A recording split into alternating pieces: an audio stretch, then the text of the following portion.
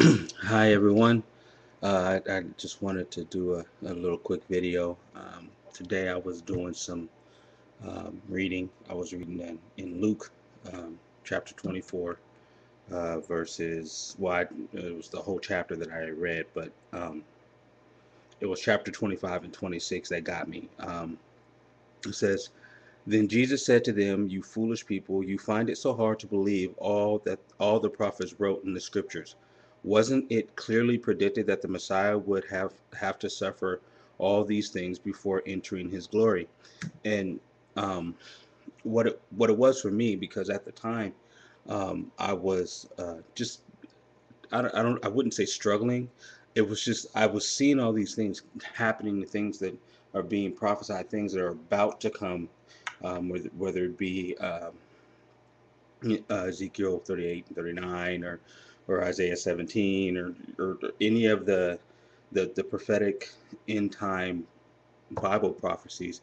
And I'm seeing them come to fruition, and then I'm hearing people say, "Man, the rapture God could come back any second," which we've always known that, but there's a something that was so real, and I just couldn't wrap my mind about actually seeing it.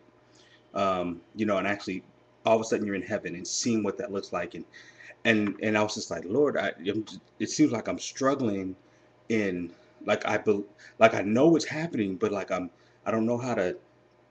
I couldn't put it in my human mind, if that makes sense. But, I couldn't grasp it because it was so big, which is a good thing. That it's that big that I realized that heaven is so beautiful, so big that I couldn't wrap my head around it. And that verse was, as I'm reading, that verse hit me because I'm reading it, and there Jesus asked the two gentlemen. There's actually it was two guys that were walking away from, oh, they were walking away from Jerusalem. They were about, I think, like 5 to 7 miles away. And Jesus came to them. Now they didn't know he was Jesus. Jesus already been risen from the grave, didn't know it was him. And Jesus just asked some questions. He's like, where they were like, where have you been? You know, and they was just telling the events that had just happened for the last few days. And and then that's when he says what he says about, he says, foolish people, like, why couldn't you believe what was already been said?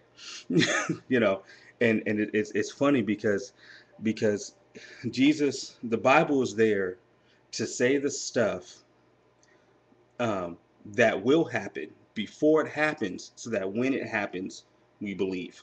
And and and it was just like, all of a sudden, just this kind of an extra piece went over me, just because it's like, wow. I mean, like, we've been wanting heaven so much, we've been wanting Jesus so much, that sometimes, when you hear that it's about to happen tomorrow, or a week from now, or it could be a year, that it's hard to believe, because you've been hearing that for a while, like Jesus is come back soon, and you knew that, but you just don't know how soon. And we don't know, really, we still don't know. We know it's soon. We do know it's soon because of the events that are going on, but we don't know what day or the hour or anything like that. But all of a sudden, there was an extra belief, there was an extra oomph, that it was just like Jesus was specifically speaking to me when I'm reading that verse. And so it was kind of cool. So for anybody that's out there that's watching this, and you're kind of wondering, um, like, you're seeing all this stuff going on. You see the stuff going on. You're trying to wrap your head around it. Like, what does that mean for me doing now? What it tells you to do on earth basically is, just prepare for whatever's going on, but be looking forward to what's coming. Because even if you're preparing for what might come, just in case Jesus doesn't come by the time some of the stuff that is going to happen will happen, um, then you're prepared. If not, let's say Jesus does come, then what ends up happening is, you're gone, but the stuff that you prepared is prepared for somebody else. So either way, it's going to get used, whether it be, food or supplies or whatever. But no matter what, keep telling people about Jesus, keep speaking about Jesus, and keep, living for the Lord. Keep seeking Him first. But sometimes it's hard. it's hard to wrap your, sometimes it's just hard to wrap your head around the the amazingness of God, which is okay, because that just means he's so amazing, it's too big for your mind, which it is. Um, and but for me, it just was just this overwhelming piece of just kind of like he just directly spoke to me. And he does that when you read the word. He does that just if you need a hint. He does that now. And it was just like, whoa, I really needed that. And I was actually praying to him, like, Lord, help me, with this. And um and he did it. And then even actually last night I was listening to a preacher, and he was, we're saved by grace, so we're in the kingdom by grace. And um and then, he sticks his hand out first, and then we grab onto it. That's basically, he's the one that made the first move, and we responded to it. um but there's still, um the obeying. He did say, basically, you show your love by obeying him, you know and you can still get into heaven, and just by the grace of him, and believing that he is God and all that. But your reward in heaven will be dictated by your works. And you don't do works and the point of it is, you don't do works for, to get, to necessarily get the reward or the crown or whatever. You do the works because you love God. God asks you to do something, you go, okay, I'll go do it. Jesus asks you to go do something, okay, I'll go do it. Shoot, sometimes he doesn't even ask you to go do anything, but you see a need, and that's something that Jesus would do. So you see somebody who is hungry, and so you go and you give them some groceries. Or maybe you went in and you only have a little bit of money, maybe you only have $5, and you just go into the store to maybe get some milk. You get you some milk, but you saw somebody else was hungry, and you buy them something to drink or get them something to eat, and you gave it to them, because they're begging for food, and you give it to them. That's something that's showing your heart. And um but that also goes on your account, because you're showing Jesus. And so in everything, whether you think it's quote unquote little or big, if you're doing that with the right attitude of, let me love on my neighbor, that's what he wants. And then you will get a reward in heaven for that. Which I mean, our main reward is Jesus, but the extra stuff, might as well take that too. And the thing is that you're not even doing it for the extra stuff. You're doing it because you just love Jesus. That wasn't even planned. That's an extra. Um, I guess just I want to encourage you, you know, as you see the things that are going on in this day and age, and that it's the end times. Know that one, God is moving. There are people being saved every day, all across the world, and so you should rejoice. One, that you're breathing, and two, that people are being saved, and that you're already saved. Um, but also just to um, rejoice that, yeah, He is coming soon, and you can believe it, and you can take that to the bank, and that he has fulfilled all these prophecies, and so he's not going to not fulfill the prophecies that are here. He's coming soon. Whether you're pre-trib, mid-trib, post-trib, however you want to call it, he's still coming, and he's still coming for you. And so therefore, you know rejoice in that, because no matter what you believe as far as when he's going to come, or whatever, he's still coming. Well, actually, if it's pre-trib, he's not that he comes, you go up, but that's neither here or there. um just the point that he's still going to fulfill these prophecies, and he's going to fulfill them the way that they're supposed to be fulfilled. We don't know everything. We don't know exactly how everything is. I mean, he tells us this stuff, but sometimes we misinterpret what he's talking about, which is that's because we're human. Um, but but he has it there. He has it there for us. He has it in the Bible for us, so that we can look into that. When this stuff happens, we can go, oh my gosh, you already said that. I mean, this book was written thousands of years ago. Our Bible, the Holy Bible, was written thousands of years ago, and yet things are being fulfilled now. We're in the end of the game. We are the closers, like Kobe, and I would say LeBron, but that's not really true. Like Kobe, like Jordan, you know, that's we're the closers. We're there to finish out this era, and that's kind of special because as one of my pastors puts it, he said when you're at the he said the coach puts their best players at the end of the game. And so that's kind of that's kind of where we're at. We're at this great time where we can go to witness to people and really show people the love of God the right way, where you just love on them. If they need something, you try and give it to them, and you tell them about Jesus. Don't make it all hard, complicated, and weird. It's love God, love people, and preach the word. It's not hard. Um, and by doing that, by doing what you're supposed to be doing, everything else rolls. So if you are having this kind of like, man, I like you're struggling in believing everything that's happening, even though it's happening right in front of your face, but you're struggling in believing it because you've been so used to maybe not believing it or not seeing it, or we're used to not seeing an invisible God.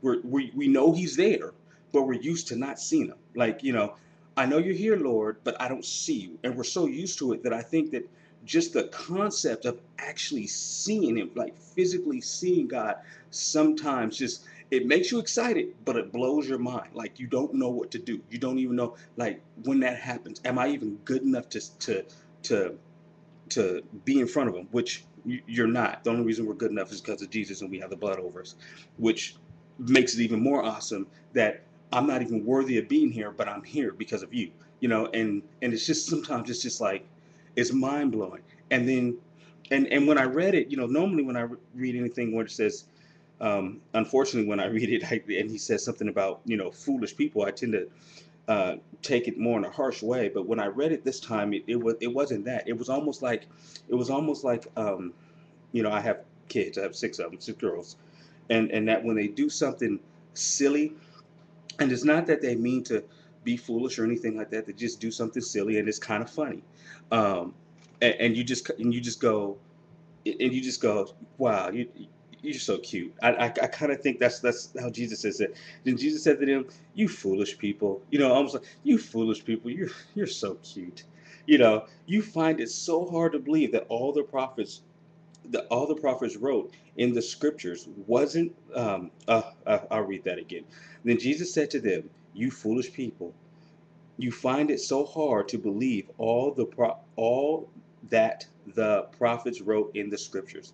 Wasn't it clearly predicted that the Messiah would have to suffer all these things before entering his glory?" And he's just kind of going, listen, it was already told to you. Like, why are you surprised any of this is even going on? And it's kind of this, and as I'm reading it, I'm thinking about myself and going, it was already told. Why am I surprised that I'm seeing this stuff?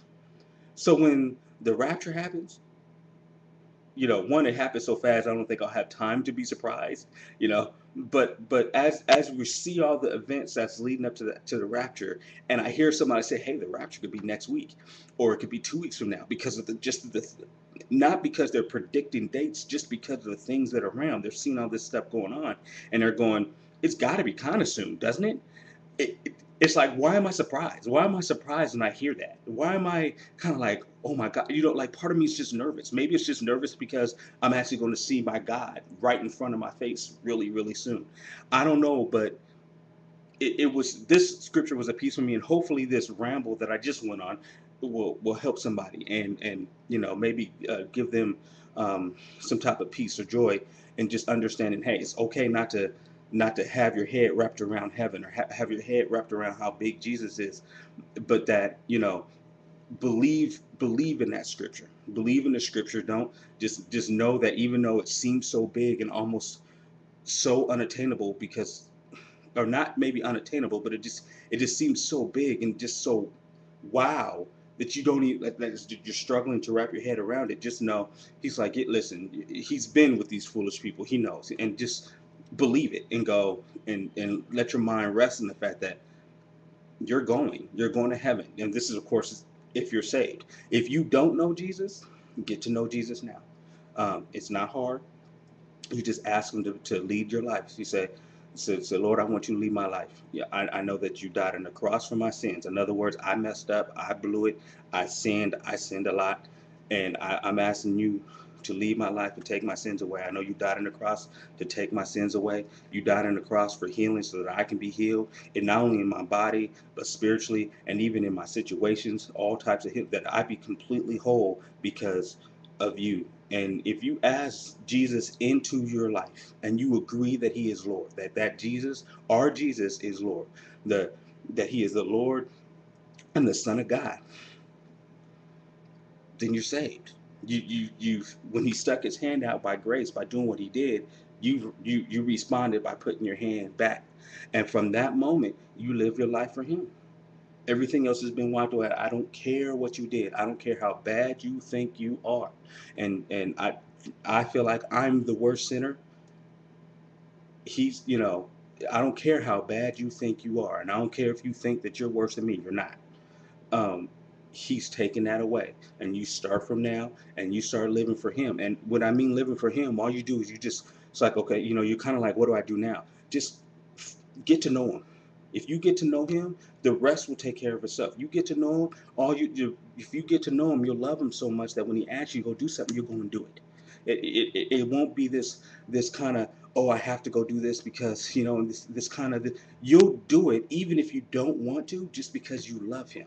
So, if that makes sense, because, I love my wife, and if my wife asks me to go do something, sometimes I don't want to go do it at all, but I'll do it. Why? Because I love her. Do I have to do it? No, but I do it because I love her. So just keep that in mind and just run to the Lord, and don't wait. I mean, you hear this, do it now, because you really seriously may not have this afternoon. You may not have the next minute. I mean, this stuff happens quick. So now that I've rambled on for almost 17 minutes, I hope you guys have a good day, and hopefully somebody will be blessed by this. And bye.